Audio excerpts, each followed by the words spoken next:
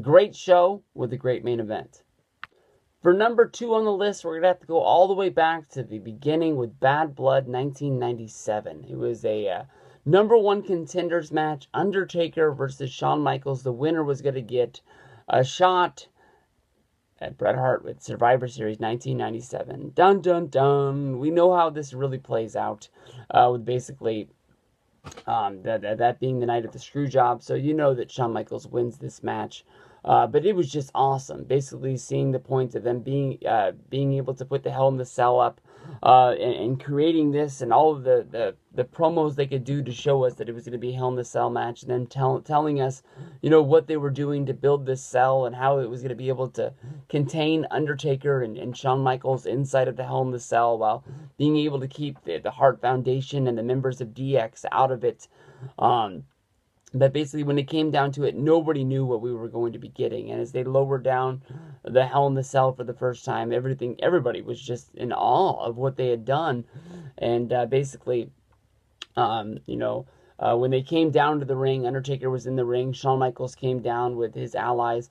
All of them were out there. Chyna, Rick Rude, Triple H, they all came down to ringside. And basically, once they noticed that they locked the Hell in the Cell door and there was no way for them to get into this, they went to the back, just sort of defeated, that they weren't going to be able to help their buddy out.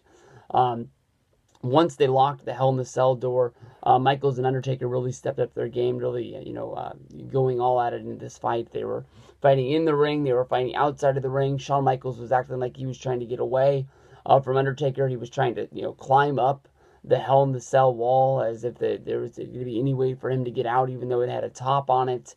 It was just trying to show off that, nobody was really used to the confinements of the Hell in the Cell, and nobody knew what to do once they were in there. They did a spot inside of the Hell in the Cell, basically, where Shawn Michaels was thrown into a cameraman, and they sort of used Shawn's aggression on everybody that was in the company at the time by him beating up the cameraman. They had to come down and gurney out the cameraman, which left the Hell in the Cell door unlocked.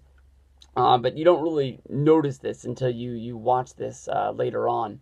That basically they had to come into the Hell in the Cell, get this guy out of there, and that would leave for the spot that would be coming up later.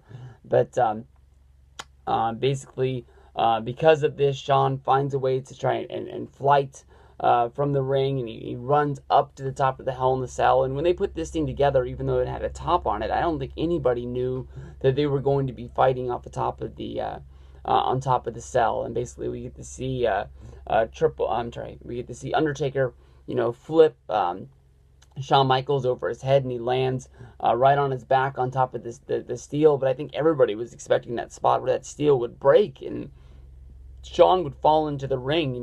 We would have to wait for the Mick Foley spot. But just like Mick Foley, everybody remembers Mick Foley being thrown off the top of the Hell in the Cell by The Undertaker. And I know that Shawn Michaels did it in a little bit of a lesser way, but Shawn went off the top of the cell at Bad Blood 97 as well. He was trying to climb down the cell to get away from The Undertaker after their little fight at the top.